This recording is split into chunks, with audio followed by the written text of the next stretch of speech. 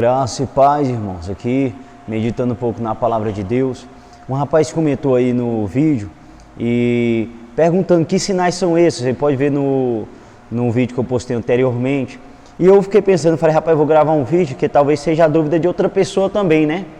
Então, vamos falar a respeito disso. É interessante que ali, quando eu citei a questão de Jonas, né? Deus estava falando da sua morte e de ressurreição.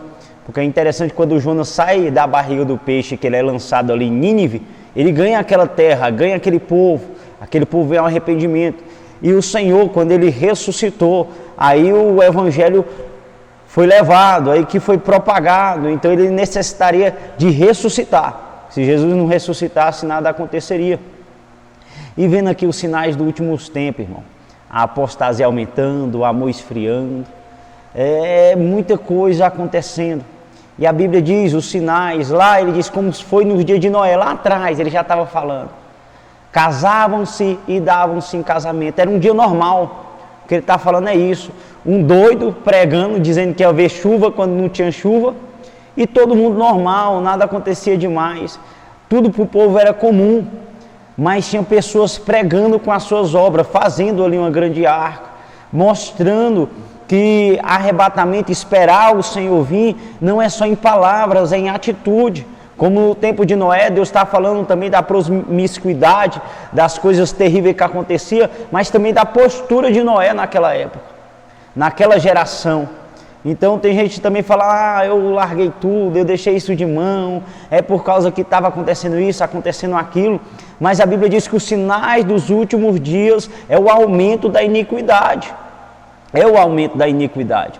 E nós vamos ver que isso tem entrado dentro das igrejas. Igreja que eu digo templo, porque eu acredito mesmo que igreja sou eu, igreja é você. E vendo que muitas igrejas perderam o foco, irmão, perderam o objetivo. Qual o objetivo de abrir um templo? Não é almas ao Senhor?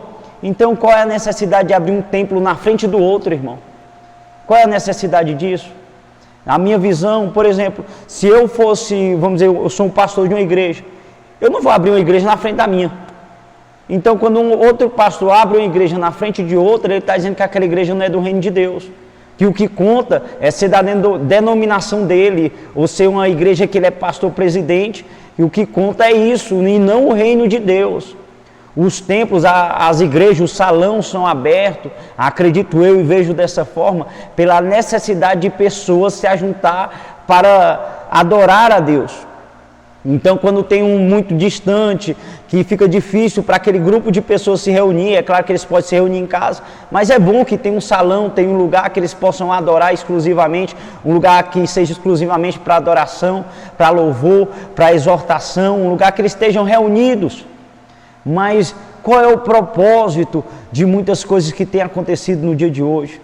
A Bíblia vai dizer também sobre o dízimo, lá quando o Senhor fala lá para os hipócritas e fariseus, Ele vai dizer, vocês coam o mosquito e deixa passar o camelo, que é o amor, a fé e a misericórdia. Então nós entramos em igreja que praticamente o pastor só fala sobre o dízimo, só fala sobre oferta. Uma vez eu passei na frente de uma igreja e fiquei muito triste, porque eu olhei para umas pessoas e eu vi as pessoas oprimidas pelo maligno, e o pastor ele estava falando que, não, Deus vai te dar em dobro quando deu para Jó, o problema é se ele também dá em dobro a luta, quem é que vai resistir? Ver os seus amigos lhe virando as costas, irmãos, ver seus filhos morrer, misericórdia. Então, tem igrejas que é praticamente falando sobre prosperidade. Você quer saber uma receita de prosperidade? Trabalhe, gaste menos do que você ganha. Aí você vai começar, invista. Isso é outro patamar. A Bíblia diz que Lázaro, quando a Bíblia vai contar sobre o rico e o Lázaro, ele vai dizer que o Lázaro ele era mendigo, ele tinha desejo de comer, não que o rico tinha, mas que o rico sobejava. Ele morreu mendigo, ele morreu com úlceras, enquanto ele tinha vontade de comer, os cães vinham lamber-lhe, mordiscar as chagas. Ele morreu sozinho. O Senhor veio trazer e pregar o reino dos céus, é chegado o reino dos céus. Mas lá na hora da tentação, Sabe o que Satanás ofereceu para Jesus? O reino da terra.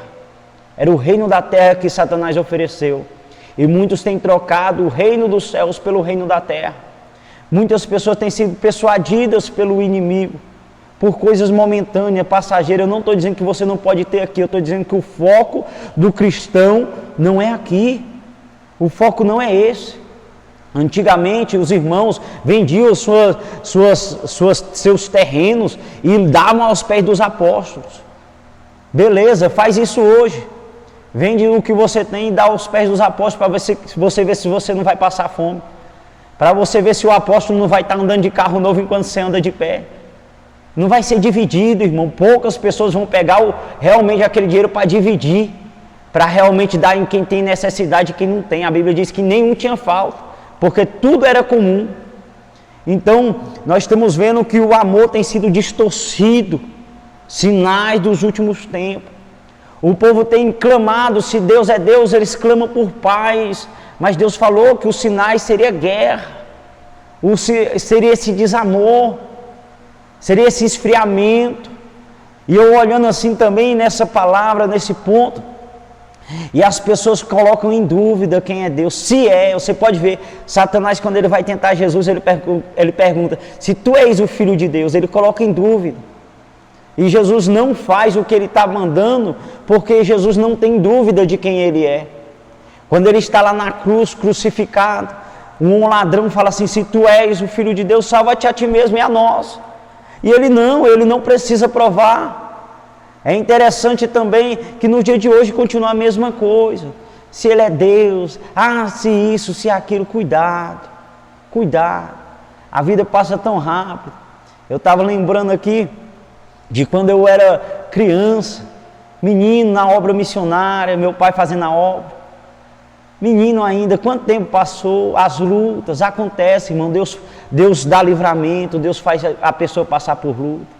Meu pai contando e falando que naquele tempo eu bebia Nescau com água, aí eu falava, eu quero leite com Xoge, e quando meu pai me dava era leite com água, aí eu ficava com um bucho daquele tamanho, aí eu falava, papai deu o leite e Xoge.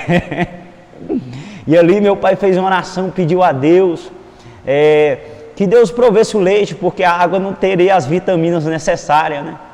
E ali ele ficou sabendo que a única pessoa que tinha o leite era uma pessoa que mexia com obra das trevas, um macumbeiro conhecido, muito conhecido na cidade.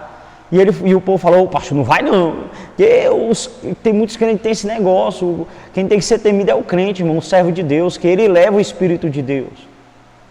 Nenhuma pessoa deve ser destratada, mas nem tudo deve ser concordado, nem tudo você precisa aceitar, apoiar. Você pode discordar, eu posso discordar do seu pensamento, você pode discordar do meu, entendeu? Nós respeitamos e pronto.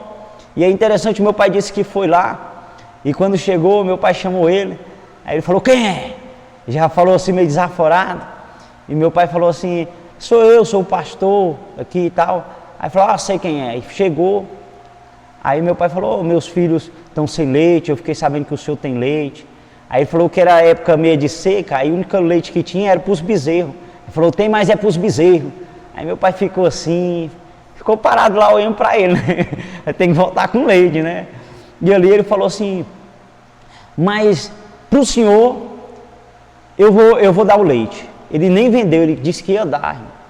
Aí meu pai já se animou. Aí meu pai falou, como é que eu faço, que hora eu passo aqui para buscar o leite? Ele falou, não precisa passar aqui não, pastor, que eu levo o senhor onde o senhor mora, eu levo na sua casa, e todo dia ele deixou o leite lá, entendeu? E nós servimos de testemunho para aquela vida, entendeu? Nós passamos dificuldade, isso que eu estou falando, o crente passa dificuldade, passa luta, passa situações, mas entenda que a sua morada não é aqui. Deus tirou ali, nós pegamos como simbolismo ali no Egito, o povo de Israel, e a aprovação foi o deserto, mas a habitação é Canaã. Não se venda, não se troque, não se deixe levar pelas coisas daqui. O povo pede sinais que os deixem viver na terra, mas Deus quer que você veja e almeje o céu. A Bíblia diz que o Espírito e a noiva diz vem. Quantos crentes ficam até aterrorizados quando falam a volta de Jesus? O povo fala, não, agora não, eu tenho isso para fazer. como se estar com Cristo não fosse maravilhoso. Eu espero ter tirado a dúvida até do amigo, do colega que assim escreveu o seu comentário. Que Deus em Cristo abençoe. Me dá até um ânimo aí para fazer um vídeo específico aqui para o YouTube. E também, se outros tiverem dúvida também, espero ter tirado. Que Deus abençoe cada um. Um grande abraço. Fique na paz do Senhor Jesus.